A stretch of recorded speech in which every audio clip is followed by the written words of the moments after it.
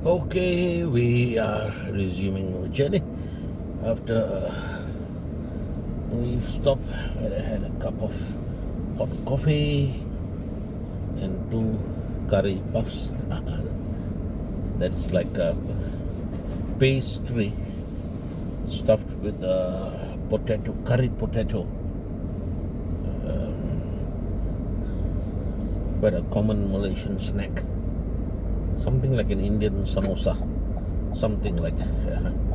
Alright, so here we go, and I've changed the camera holder thingy just to see if we get a better video view this way.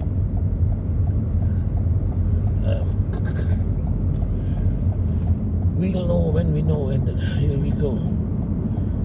Hoping for decent traffic, not too much congestion. Slow start. There's a huge truck behind me which doesn't have its headlights on, even though it's like turned into night. By golly, yeah, what's the use of having side lights, mate?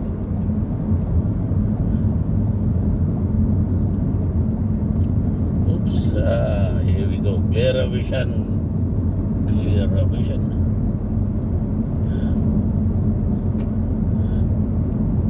And let's see how traffic moves. There's a fair bit of traffic, yeah. It does seem to be somewhat congested, which is a bit strange. I thought we had left the congestions behind.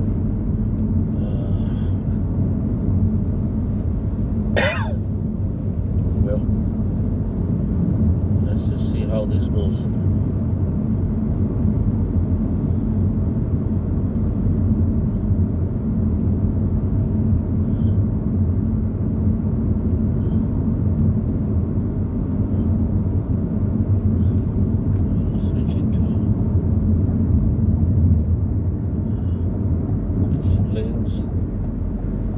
Perhaps that lane is just slow moving trucks, but let's see. Let's just see how it goes.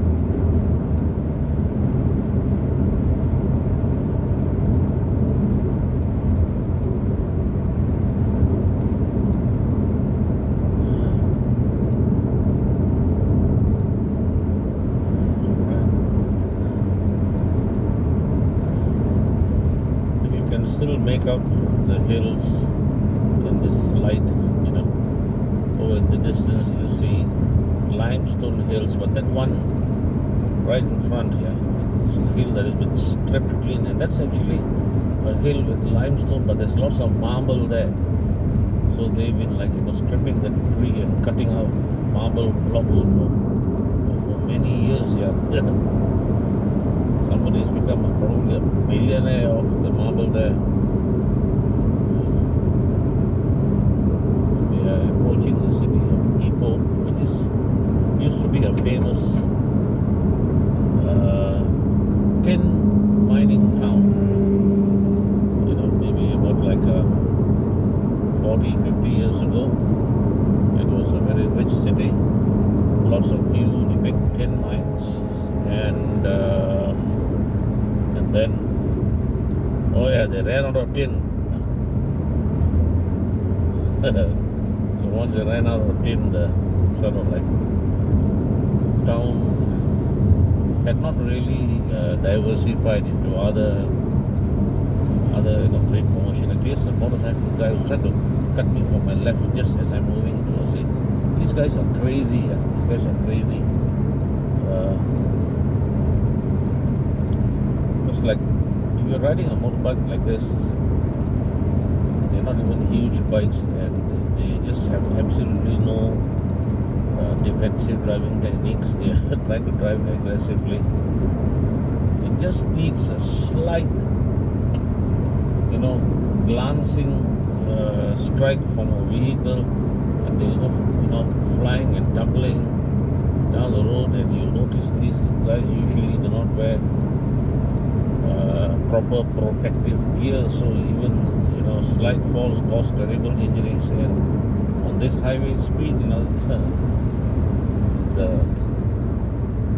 chances of them coming out of any accident just alive, it's already difficult, yeah. And if they do survive the accident, usually it's like with lots of complicated injuries. So what the heck, bro? So many better things to do with life than throw it away. Oh well, okay, we approach the city of Ipoh, and over here they have a strange speed limit of 90 kilometers an hour, even on the highway proper.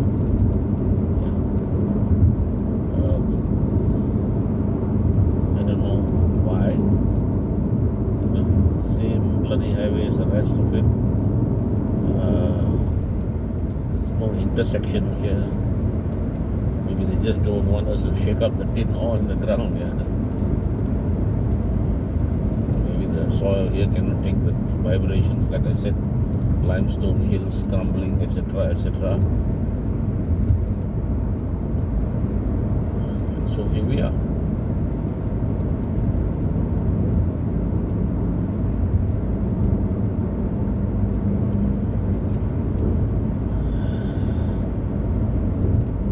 It's a rather nice city though, Ipoh. And it is most famous now probably for the food. They have probably the best Chinese food. Chinese cuisine in Malaysia is in Ipoh. There are some, restaurants here with certain dishes that Malaysians from other parts of the country would travel to Ipoh just to partake in those places. And I don't even mean like high-end gourmet restaurants, even ordinary restaurants. Some of them have got fantastic reputations for the quality of their food. The prices become a little bit higher when they start getting a lot of tourists, but by golly, the quality here.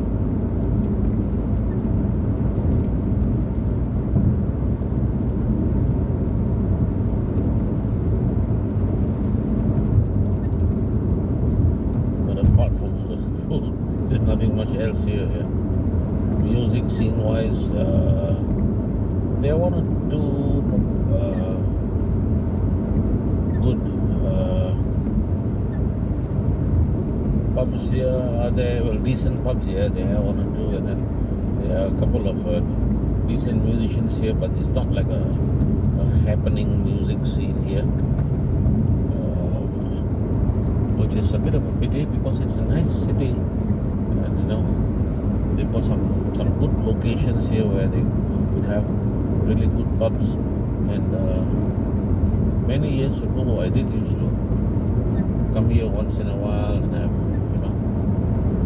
jammed and performed in some pubs along with some other musicians, all great people. But somehow, even though they are pubs here, it's just like not a happening scene, not like Kuala Lumpur, of course, where there's a vibrant music scene, and Penang, where there's a thriving music scene.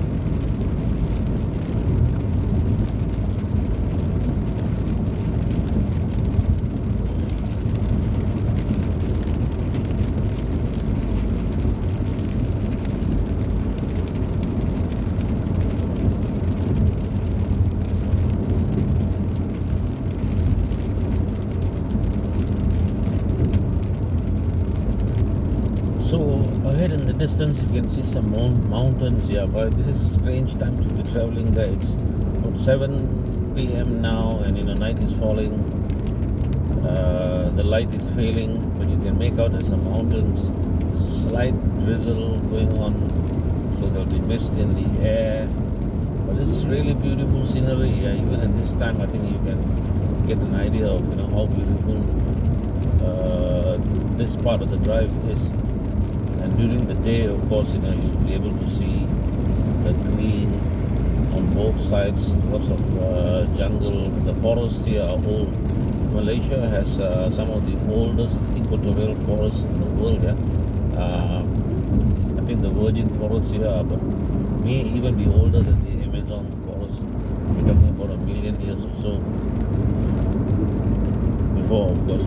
set foot in here. And like other forested countries, we have our own indigenous people and tribes who have been living in the forest for centuries, yeah. And gradually they are being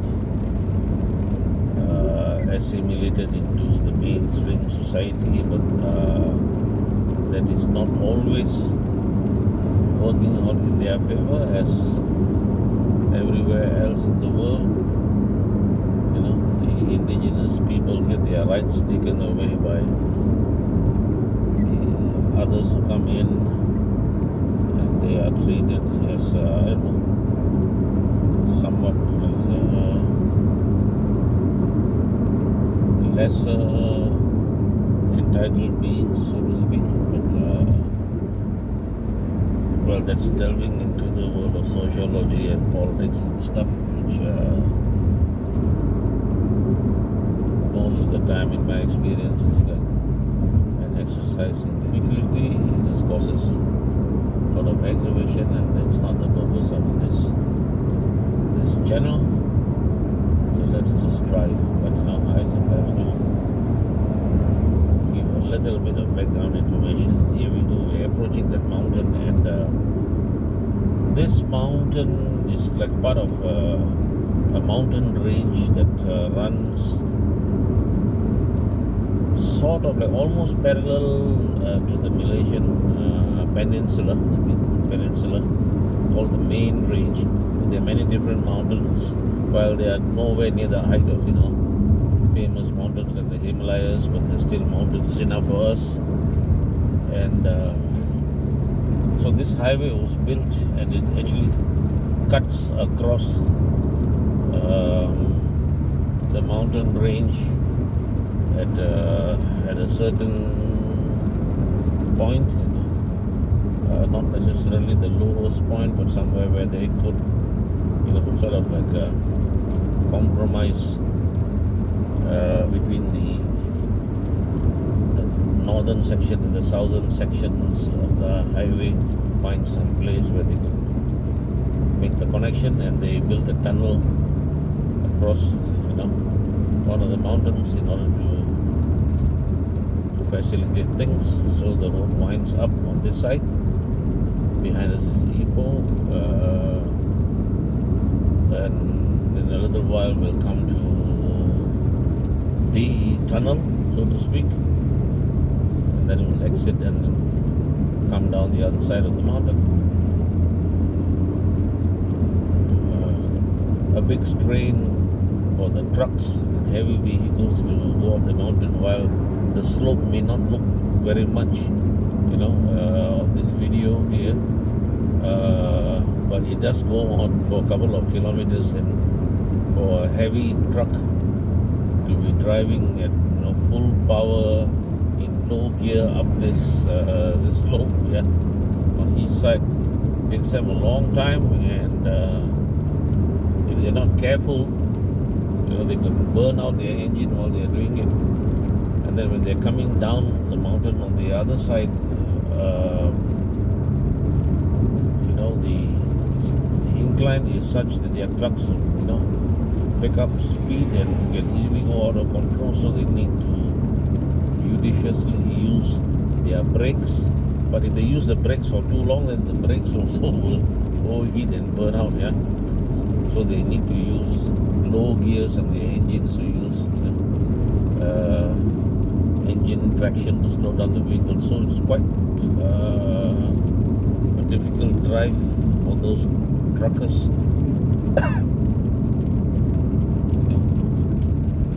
So I suppose from the engineering perspective, it was quite a difficult feat to find a compromise where they could reach the mountain range and still allow traffic to go through, and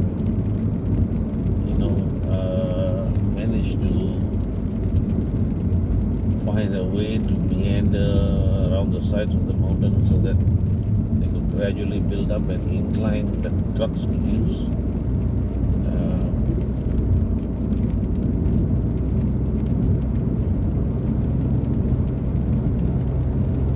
again, they have a speed limit here, and then but then again you'll see that you have the invariable, yeah, invariable. I don't know. Words don't fail me to describe them. It's just that words that can be publicly said, they are the ones that fail me when I have to describe this kind of people.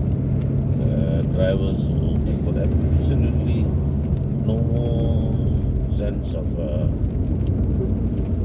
civic responsibility in their driving. They're approaching the tunnel where, even one minor collision crash in the tunnel here is going to completely block up traffic for a long time and jam up things there. And then if there's some fire breaks out in the vehicle or something, once you're in, here we are in the tunnel,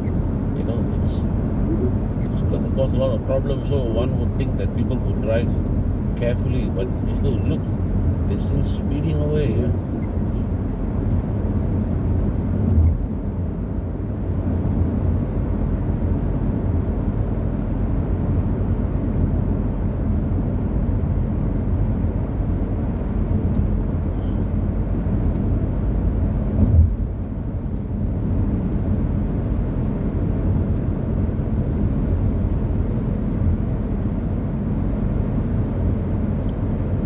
So while it may not be like any record-holding tunnel in terms of length, it's still there. Here we are out of the tunnel, and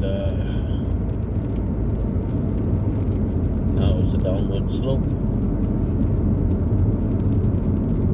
For the trucks, this downward drive, is probably more risky than the upward climb. The upward climb is just a strain on the engine, so they just need to have an engine with a low enough gear and be patient enough to climb up the mountain slowly. And they are okay, it'll just take time, but just don't overheat the engine. And when they are on the downward side, then they've got to play with their gears and their brakes to keep the truck slow. And then, there are still bends in the road because they are sort of like following the curvatures of the mountain sides, so there can be no straight road down. Anyway, the bends I think also help to reduce the gradient. But if a truck has to suddenly hit on the brakes because it's losing control, it's speeding up too much and then going downhill with that bend, slamming on the brakes with a heavy load in the truck, very dangerous activity. And then you bring in a thunderstorm, heavy rain, poor visibility, and so I've often seen crashes down this side here. And then some people on their cars, they think that now I can hit a high speed because they got what they think is a fast car, and then they come to a sudden corner which is a bit too much for them to handle. They lose control, hit the brakes, and that's it. Car spins out of control down the slope, and disaster.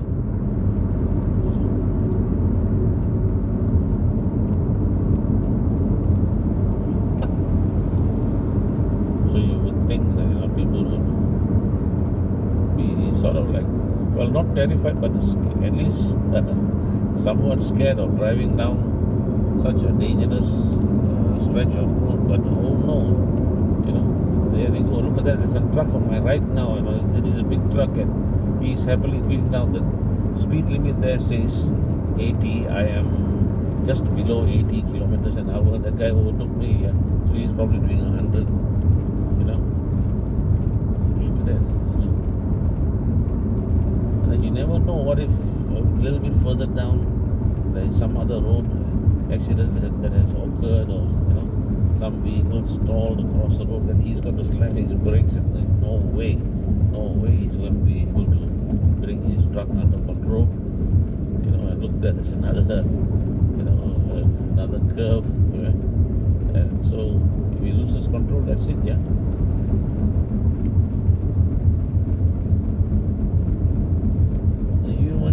Say then, okay, prayers for you forever, but and then the capitalist who's watching would say, oh my God, all that precious cargo also lost here down a ravine, because there's a steep ravine on our left. And of course people would say, oh, it's a badly designed road, poor engineering and stuff there, you know. Hey man, maybe we should go back to the days of people carrying goods on bamboo poles, then there will be no road traffic accidents, yeah. Or back to, you know, having a bullock driven cart. Then you'd have no issues with speeding.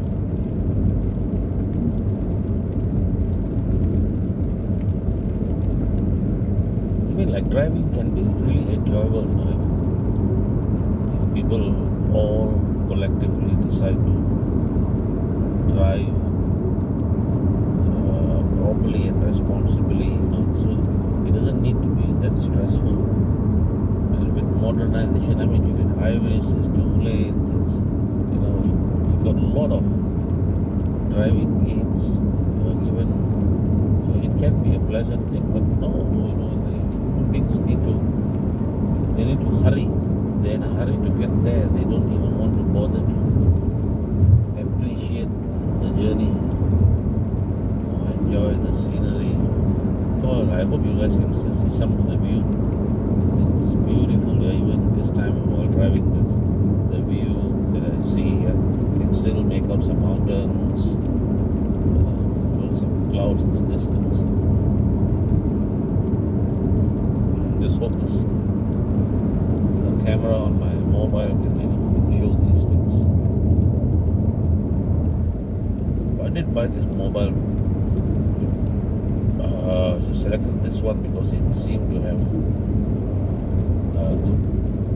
good enough camera. Yeah, just like I'm always in clubs and pubs and, you know, watching music performances where the lighting is low. So I wanted a mobile that would take at least some decent snapshots of these things without needing to carry a, you know, professional camera around. I mean, I'm not a cameraman. So hopefully we get a viewable video. My camera mount, I'm using a DIY mount that I built.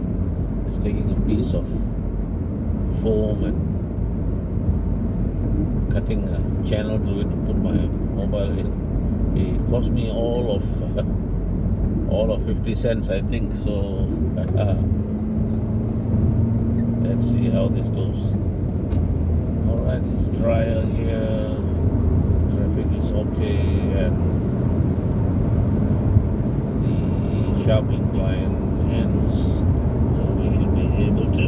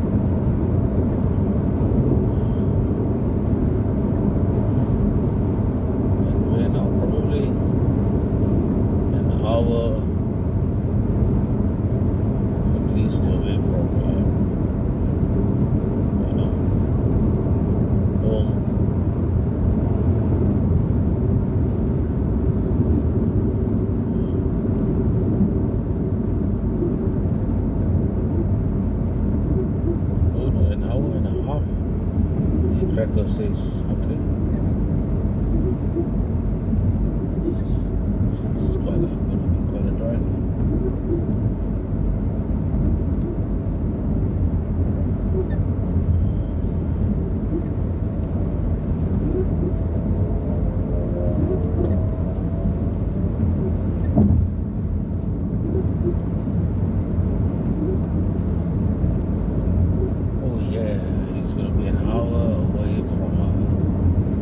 point where we exit this highway thing, and then we go into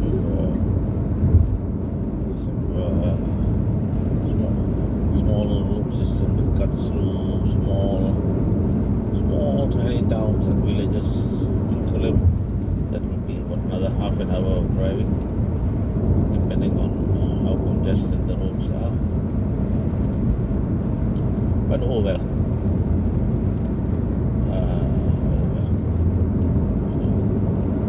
I'll be home by about 9-ish p.m. Relax.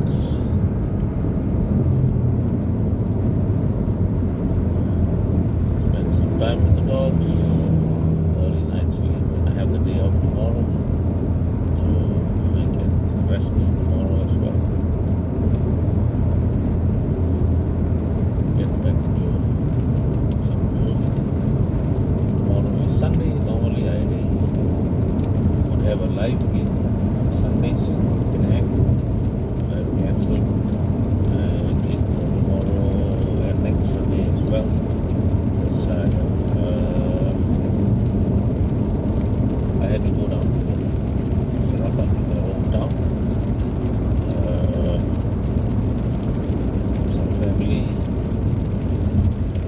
matters, and I'm going to go down next week again as well. Some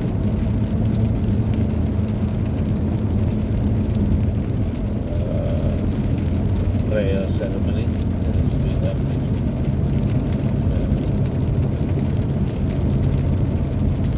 So my Sunday is this week. This weekend and next weekend cancelled. So I might do another video next week driving. I'm driving during the day.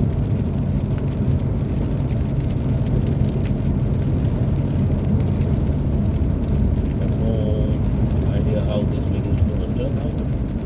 So I'm not even looking at the video thingy, so to speak. But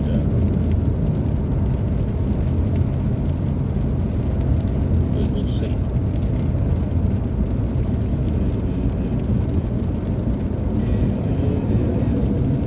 I've got an idea, suspicion that he may have stopped at the next rest station and sort things out.